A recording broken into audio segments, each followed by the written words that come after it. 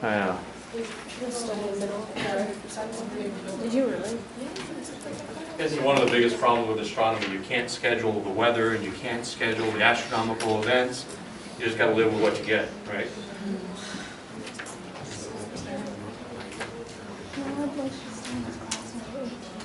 Yes. Where are you going to put the homework in? It's a lot of work. Here? Here? I started. That's why you should put it in there. But I'm missing Yeah, I know. I know.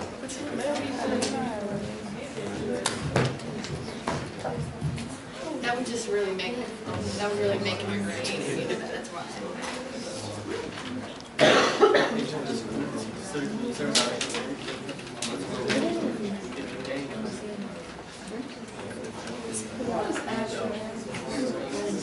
What is what? Astrophysical source? What's the context? Determine the astrophysical source. So, astrophysical source means where were they created? Astrophysical would be a process that took place out, a physical process that took place out in the universe somewhere, right? So the question is where and how were the elements of the earth created?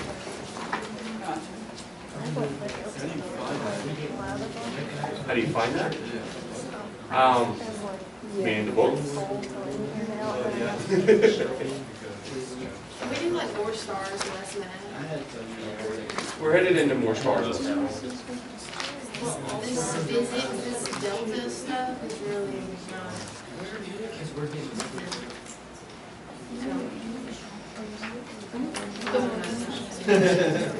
All right, so if you want to set up a time to come talk with me about the exam and what you might need to do next, give me a note and we'll try and find a time. Some of you have asked to come see me. Make sure you set up a time with me to come see me, and we'll go over your exam. Anytime you want to go over one of your exams, just find a time. That does mean getting in touch with me ahead of time, because right now I have a bunch of students from all my classes scheduled to come talk about the last series of exams. So look at my office hours either on Canvas, or if you look me up in the DSU directory, you'll find my office hours there. Yes. So like, didn't you say like that you were going to put questions from, you say two, I can't remember what you said, but you said you were going to do 2 questions from the quizzes, questions from the homework. Am I the only one that heard that? I thought you said that you were going to take questions from the quizzes, homework, and something else. Yeah. Am I the only one? For all the tests. For the test? Yeah. So every multiple choice question on the test came straight out of the book. Yeah, but you said you were going to pull it from the quiz or the homework or something else. I can't remember. Because I like memorized them and I only had like 1 on there. So I was just asking if that was true or false, because I'll memorize them next time. So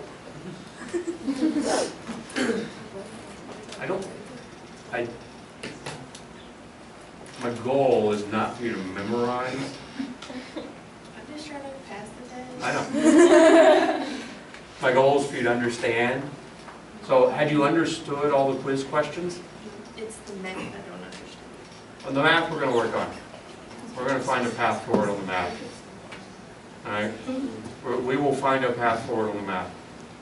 I'm up against some things I did not know I was going to be up against. I'm talking about the legit questions, like stuff you're supposed to memorize, like when the, like questions you're supposed to memorize so that you can remember, not like just memorizing answers. So how long does it take the moon to go around the Earth? Okay, I didn't say you could question me. But here's something you would memorize. How long does it take the moon to go around the Earth? 24 hours. No, it's 27. Right? About a month. Right? Okay, So about let me 4 ask weeks. you a question. But All right. like for real, are you pulling them straight from the quizzes or the homework, or are you not? Like that's what I was asking. So they were not straight from the quizzes and the homework. So straight from the book. So I Straight should- from the book. I should go by the book. You should look in the book, you should pay attention to the book. Well, I know that, but I didn't know But, it was supposed to no, be it was straight, directly. all of them were straight out of the book. Okay. 'Cause I was And referring all of to them- Canvas. All of them, except for the one I told you I was gonna give, where you had to tell me what sentence was the equation, right? All of them, if you knew and understood the quiz questions, you could answer the questions that were on the test. But you have to understand the quiz questions, not just the Oh, so you're rephrasing.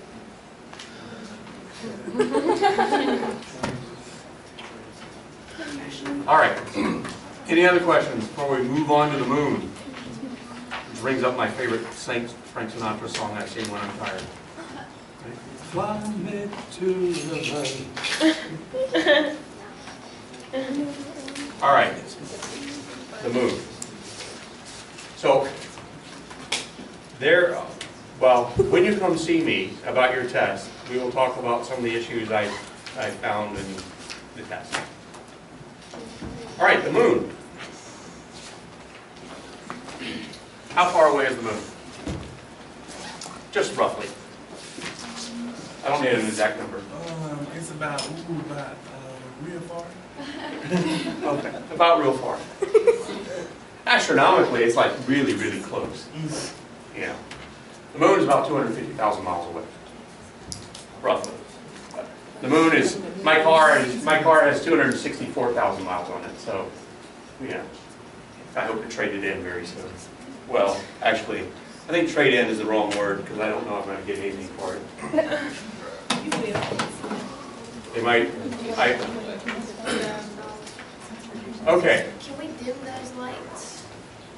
So I can figure out manual mode. Oh, they can't see that one of these notes and those. Save those. We can just turn off all the lights. We just gotta find which one is those.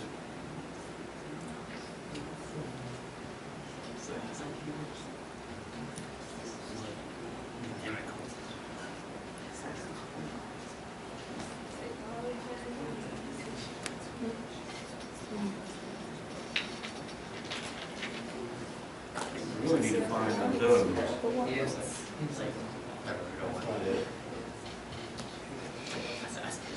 That's not it. That's not it. There we go. Okay. So, moon, it's about 250,000 miles away, 385,000 kilometers away. Not really all that far. And I say not really all that far, but why? Because I have a car that's gone farther than that. Right? I mean, really, not all that far away. The moon, our moon, is a little different from most out there. And we'll get to exactly what makes it so different. All right?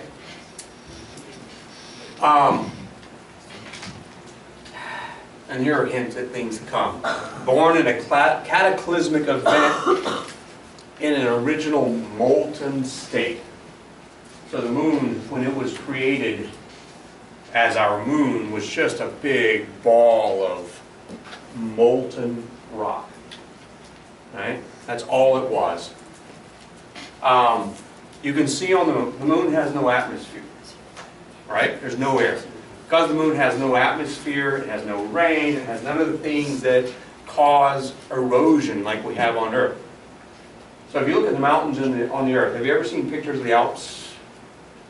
And how they're very pointed and jagged. And then you look at the mountains on the east coast of the United States, and you look at the Rockies. Well, the Alps are younger than the mountains on the east coast of the U.S. Because they're younger, they don't have as much erosion, they're more craggy, they're sharper. While the mountains on the east coast of the U.S. have been smoothed over time because they're old. There's no process on the moon for smoothing things over. Right? If you've got a rock there, there's no process for eroding it, giving it smooth edges. None of that happens on the moon because there's no atmosphere. Because of that, when we look at the moon, we see the results of what the solar system was like early on. Because when the solar system was young, more of the solar system was like the asteroid belt, where there were rocks flying all over the place. And so you can see where the moon has been hit again and again and again. And you ask yourself, well, why wasn't the Earth hit? I mean, we're right next door. And the answer is, the Earth was hit. The Earth was hit again and again and again, just like the moon in the early days. But we have air, and we have rain, and we have all those things that cause erosion and smooth out all of that. We also have a volcanically active world, and we talked about last time that what we're standing on is kind of floating on top of magma, right? We're floating on top. We have a crust that's floating on top of the mantle, which is not solid. The moon also plays a major role in eclipses, well, of course, eclipses and tides. All right, the moon is about a fourth the diameter of the Earth. The gravity is a sixth as strong, right? 1/6.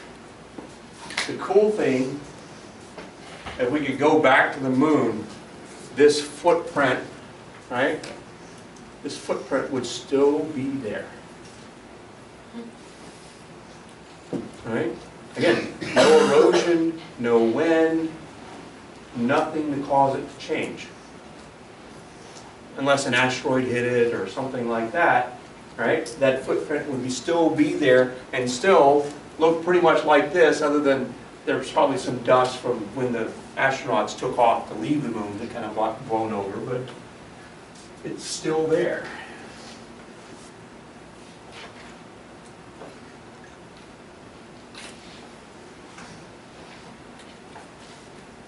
Here are more examples of where you can see collisions that took place. This is a crater. These are other craters. Do you know what a crater is?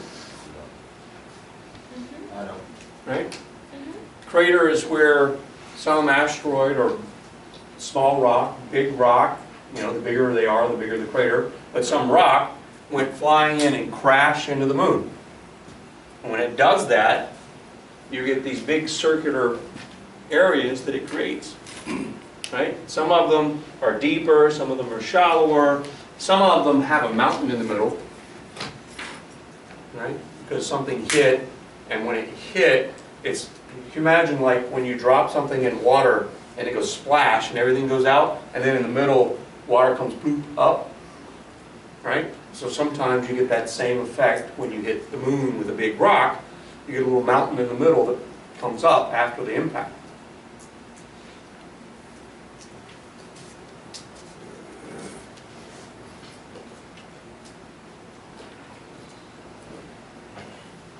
So the moon has what we call the highlands, which tend to be bright, right? The bright areas up here, they're rugged, they've got lots of mountainous-like features, lots of craters sitting around. And then you can see there are a few craters on the moon that really stand out, right? In part because this one, you know, when this one hurt, when a Tycho occurred, whatever hit it splashed out around it. And you can see where material went out in radial directions away from Tycho. And then the moon has these really dark areas. Right? These really dark areas are actually a sign of a bigger impact. And what happened was something really large hit the moon, hard enough to turn the rock into molten lava. And so instead of getting, you know, the crater formations that you get from smaller impacts, you end up melting a bunch of rock and it ends up forming a plain instead of forming a crater. Does that make sense? Right? and melt a region of it, it's going to form differently afterwards than if it stays rock and it just sort of splashes up. So this means that at certain times there are enormous impacts on the moon that cause those large magma fields.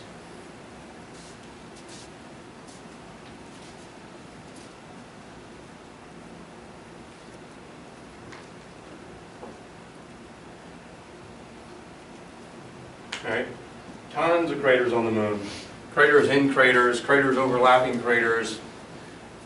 You can kind of date them based on, we know this big crater, right, is older than the ones inside of it, and is older than this one on its rim, and this one is older than that one because of the way they overlap.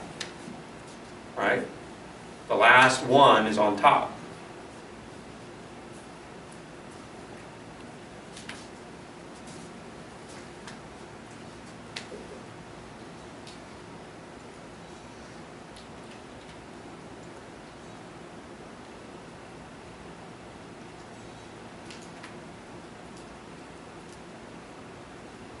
Okay. So let me just. Okay. All right. I mentioned the rays, so you hit it, boom, and all this material goes shooting out away from where it was hit. You can see those on the moon if you're paying attention, right?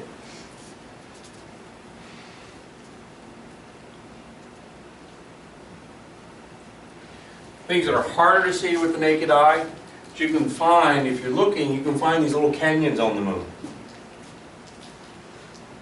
Right? Canyons like this.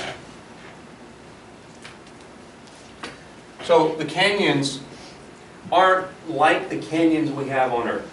The Grand Canyon was created by what? Water. Right? So the canyons on the moon are created by a different process. And it's usually, they're very old. Again, the moon doesn't erode, so whenever they were created, they stay that way until something hits them, right? And they were probably created by the crust moving around a little bit early on.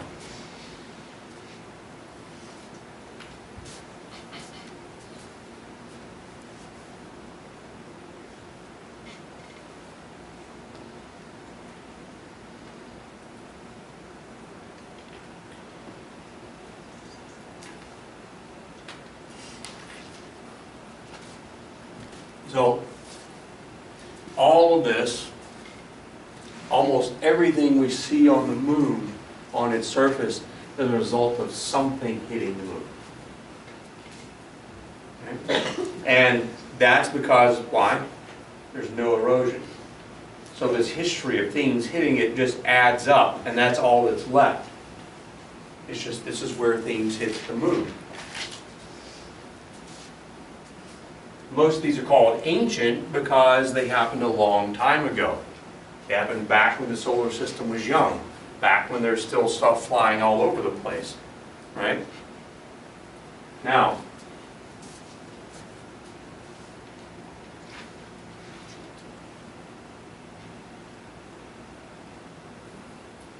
right, the highlands happened early, a lot of things hitting.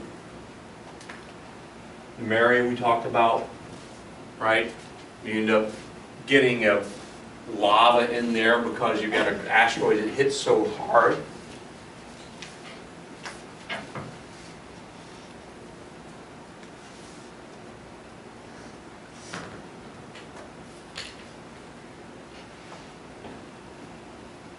So the other thing we know about the moon is it's no longer volcanically active, right? And why do we know that? No volcanoes. Right? No volcanoes. There are moons around Jupiter that have volcanoes still. There are other moons in the solar system that have volcanoes still. Our moon does not.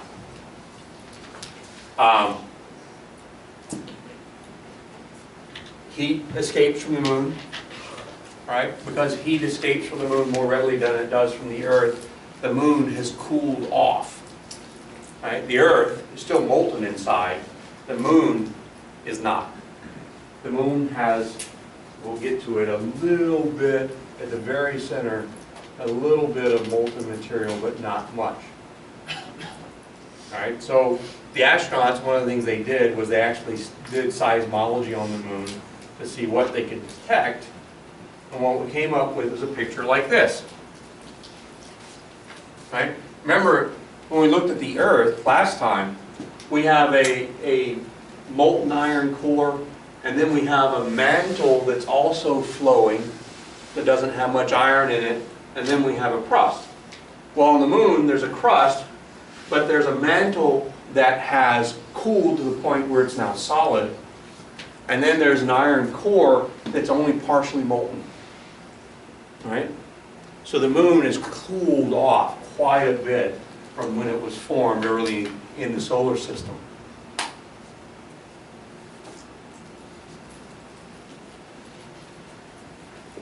Crust, 150 kilometers thick. Say 150 kilometers, that'll get you to Memphis.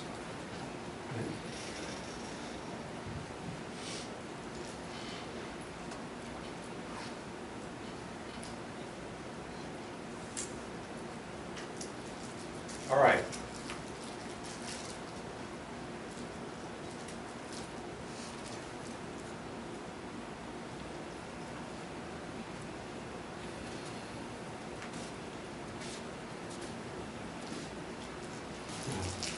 Got about 1,000 kilometers in the mantle, 340 kilometers in the radius of the core.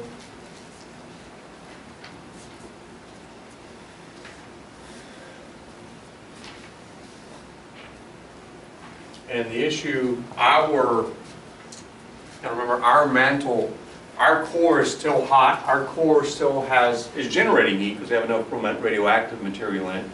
Our core is hot enough to keep all of this flowing and molten, but the moon's core just isn't. The moon's core is too cold.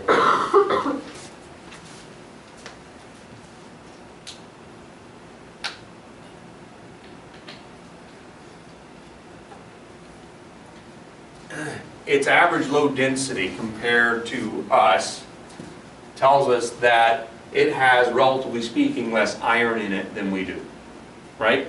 The moon is, for the most part, made up of lighter material than the Earth.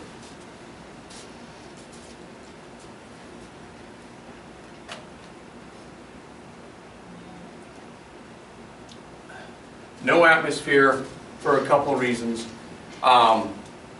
Pluto has an atmosphere, even though it doesn't hold on to it very well. It holds on to it better than the moon would. But Pluto has an atmosphere in part because there are things on Pluto constantly generating gases. So Pluto has volcanic things going on, has a lot of things going on that put new gas into the atmosphere so that it has actually more of an atmosphere than we were expecting when we went out to see it. The moon doesn't have any of that going on, so there's no atmosphere. If there were, it doesn't have enough gravity to hold on to it.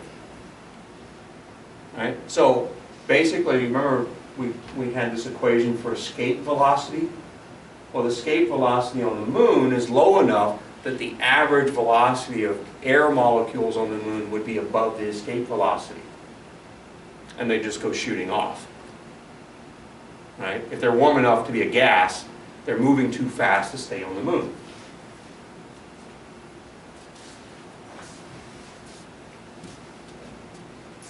This also means one of the things our atmosphere does for us is it's like a blanket. At night, have you ever been anywhere where the humidity was really low and at night clouds went away and the temperature dropped? If you've ever been in a high desert, you can be 80, 95 degrees during the day, and at night, without cloud cover, it'll drop to freezing or below. Right? Yeah? That's where I live, in California, high desert. Yeah. Right? So at night, there's no blanket in the high desert keeping the warmth in. Right? The moon is the same. When it gets dark on the moon, it gets really, really cold. Because the only heat you have is coming from the sun. And as soon as you're in shadow, that turns off. right? So nighttime on the moon is really cold.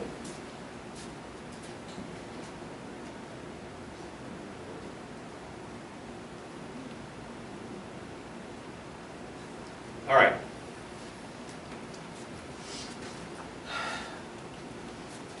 (3,800 kilometers away). Average period 27.3 days relative to the stars. Why do they say relative to the stars? You guys remember? We had two things we talked about in terms of how long it took the moon to go around. One is relative to the stars, how long, if you're out in space watching it go around the Earth, right? It takes 27.3 days. If you're on the Earth is also turning. And so it actually, to you, to us, seems to take 29 days. Because we've been spinning around during that time, right? And it's having to try and catch up with us as we go around, and so it takes a little longer for it to go a full month for us, because we're moving as it moves.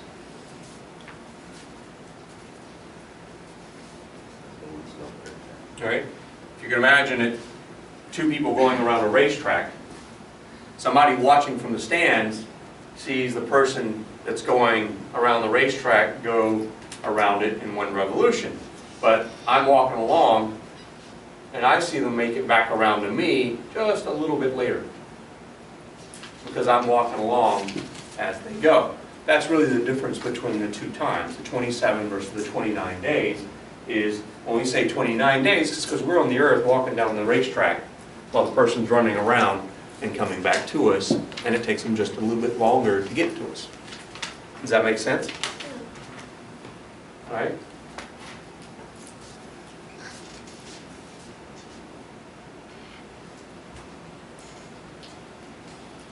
How long is a day on the moon?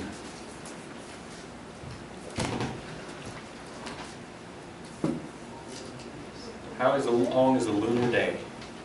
3 days.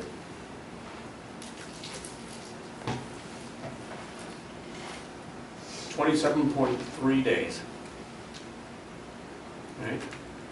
Why? It's how long it takes it to go around. And the moon rotates just fast enough to always keep the same side of the moon towards us. Right? So if I were the moon and you're the Earth, right, and I'm going around, I go around so that I'm rotating, right? And I'm rotating now because I started off facing this direction, and now I'm facing this way, right? So I'm rotating, and I'm rotating so that I'm always facing the Earth. That's why they say there's a dark side. Yeah, that's why we say there's a dark side, but it's really the side we can't see, Yeah. right? So there's a side of the moon we can't see. Why? Because it's always facing away from us. Right? The moon rotates just fast enough to always face the Earth. There's a reason it does that. It has to do with the tides, which we'll talk about in a second.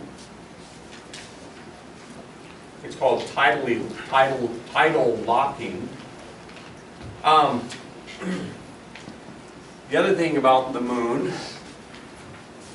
that's a little unusual. So all the other planets in the solar system, their moons orbit over their equator. Right? Our moon doesn't.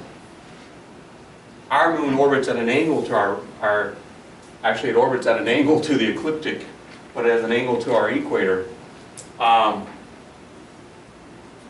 So as we move along, because it's in a orbit that's off the ecliptic a little bit, we see it wander around a little bit relative to us as we move through the year. This is different from the moons of Jupiter. This is different from the moons of Mars. This is different from the moons of Saturn. And all speaks to, how do we get the moons? Here's a good picture of the side of the moon we can't see. That's what it looks like. Right? That's the side of the moon we can't see. Our moon is also relatively large compared to us, right? I mean, its diameter is a fourth of our diameter. If Jupiter had a moon that was a fourth of its diameter, that moon would be much bigger than the Earth. So the moon is very large compared to us. It doesn't orbit around our equator. It orbits at a tilt relative to the ecliptic. It just seems to be different from the other moons in the solar system.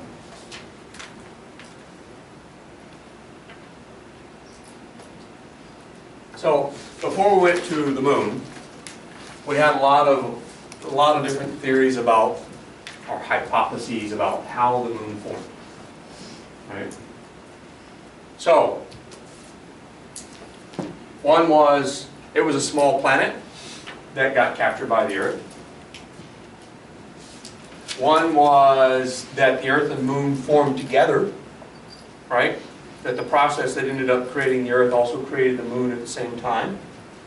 One was that the Earth was rotating very fast early on when it was still all magma and a chunk just basically spun off and formed the moon. All of these theories were out there and they were hard to test, right? Until we went there.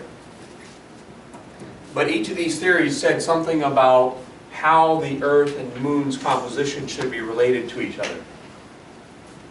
And so, if the moon were another planet that we captured, there's no reason for its composition to be like ours, right? If the moon was a part of us that broke off, its composition should be the same as ours. If it was a twin, its composition should pretty much be the same as ours, right? So, here's what we found when they took samples from the moon. That some pieces of the moon were very much like Earth, and some pieces of the moon were very different. Alright? So they had some parts very much like us, some parts very much not like us. That led to a new theory about how the moon was formed. And the new theory was that when the Earth was young, the moon was a fairly large body that hit us. And when it hit us, it ended up carrying away some of the material from the Earth, as well as some of the material, most of the material that it composed it, right? And that material ended up forming our moon. A process like this explains why it's so large relative to us. A process like this explains why it's in a different plane, right? And a process like this explains why it's a mixture of Earth-like material and non-Earth-like material. That it actually hit us at some point. It was something else that hit us, ended up mixing with material from the Earth and forming what is now our moon. Alright? So, and based on radioactive dating, it looks like it's happened about 4.5 billion years ago.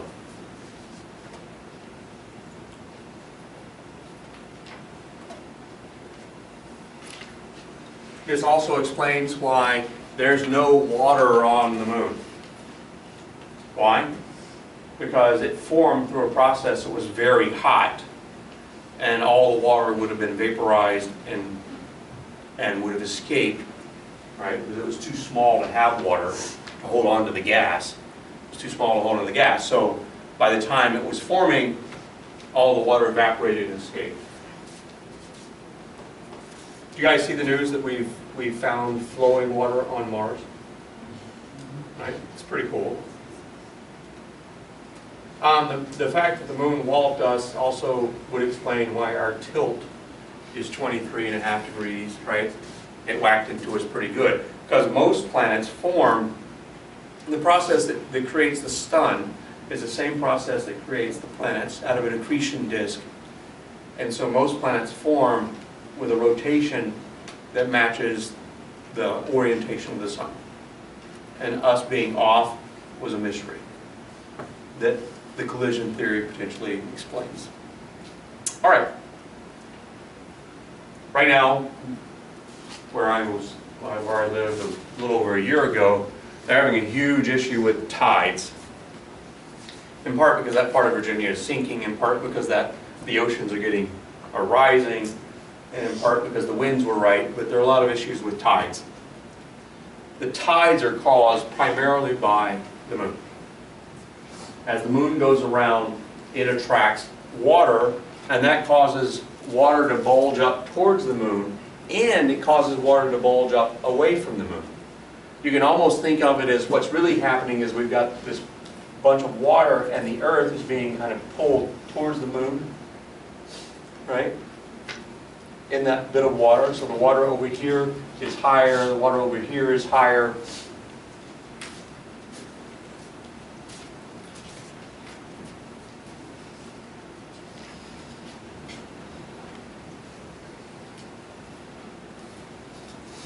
So this tidal bulge follows the moon, and because we're turning, right? Because we turn every 24 hours, tides happen how often? Every 12 hours, right? Once on this side, and once around on this side. So we get tides every 12 hours as we spin around.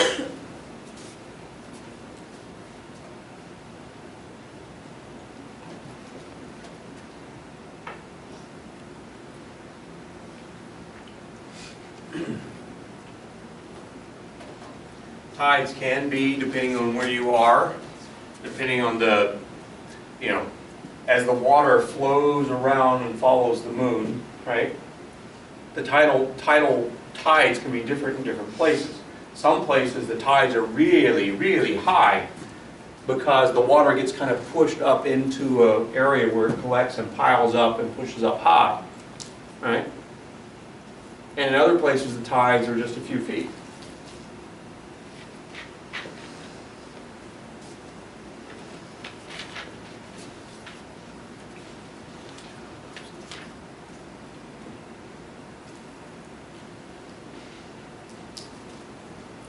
There are two major types of tides.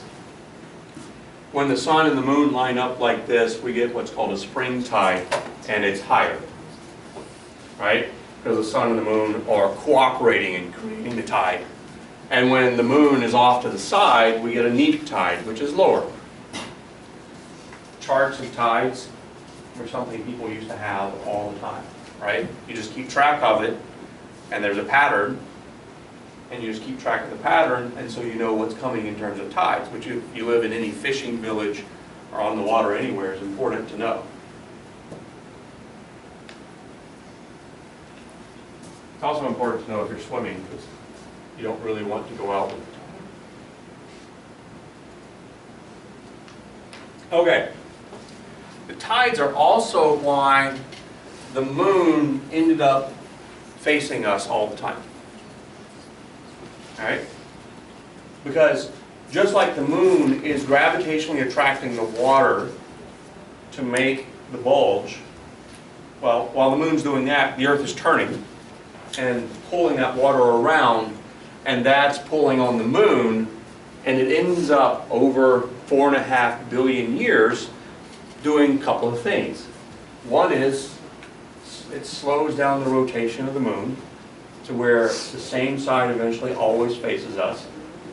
The other is the moon slowly moves farther away from us. Slowly. All right? It used to be a little bit closer. Not a lot. It used to be a little bit closer. Eventually would probably be another 10 billion years, which we may not have to worry about, because in 5 or 6 billion, the sun's going to be too big to have us around anymore. But eventually, the Earth will do the same thing. Because just like the Earth caused the moon's rotation to slow down, the moon causes the Earth's rotation to slow down. So our days used to be a little bit shorter, like 22 hours instead of 24, right? So eventually our days will get longer and longer and longer. This is a very, again, 10 billion years, right? Very slow process. Our days get longer and longer and longer, and eventually we get to the point where the moon was always directly over the same spot on the Earth. And so the same side of the Earth would always face the moon. Right? Then people on this side of the world could have wars with people on this side of the world about whether or not there was a moon. Because these people would never see it. And these people would. All right. Questions on any of this?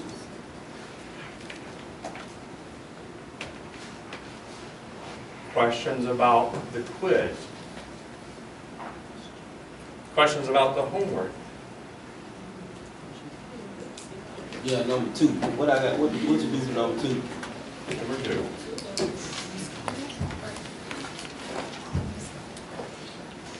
Oh, let's take roll. Did I take roll? Always remind me to take roll. Why? Why should you remind me to take roll? Yeah. That way, if you miss a day, it doesn't count as much as if I've counted you every time you're here. Missing doesn't change things as much.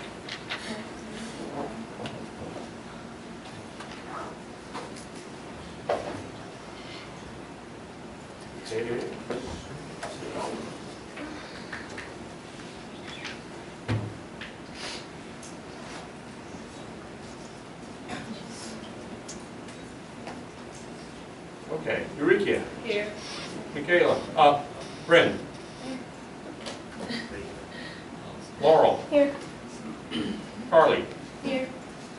Kelly. Here. Joe. Here. Dakota. Here. Hannah. Here. Carrie. Here. Robert. Here. Diamond. Here. Marquand. Here. Dylan. Khalil. Tanisha. Maisie. Anna Mae. Here. Justin. Yeah. Emily. Caitlin. Here. Chelsea. Here. Bailey. Vernesha. Vernisha. Shelby. Colton. Here. Tony. Colin.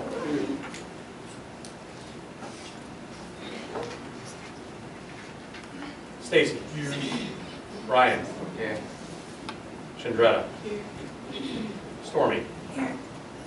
Got a focus, Stormy. Samantha. Here. Casey. Here. Rolanda. Here. Sheldon. Here.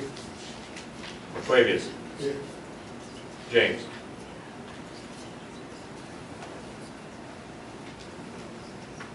I want to try and find something real quick for you.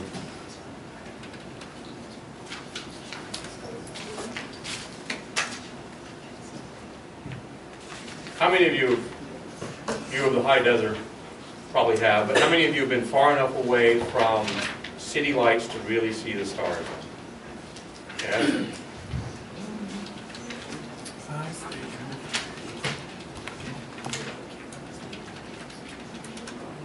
My son is in Turkey right now, and he posted some photos recently.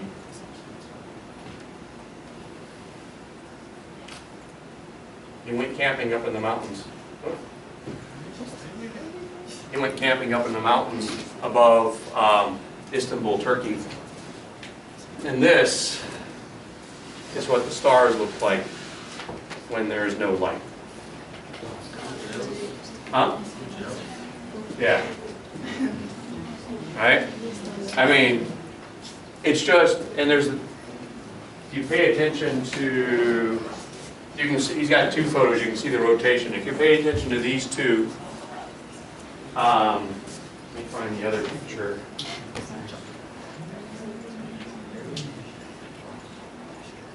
He must have the iPhone. There we go. All right, you can see the rotation of the sky between, in this photo they're here, and the next one they're there. All right, so you can see the rotation of the sky, and the north is that way. All right, but he did a little camping trip, a little solo trip. Made his grandmother really nervous. He's your age, he's 19. You know, maybe 20 is soon. Really pretty picture. Your son got an iPhone. Huh? Your son have an iPhone. He has an iPhone, and he probably also had a camera with him. I took them pictures on the iPhone. All right. He also has a camera with him most of the time. If I can find his video.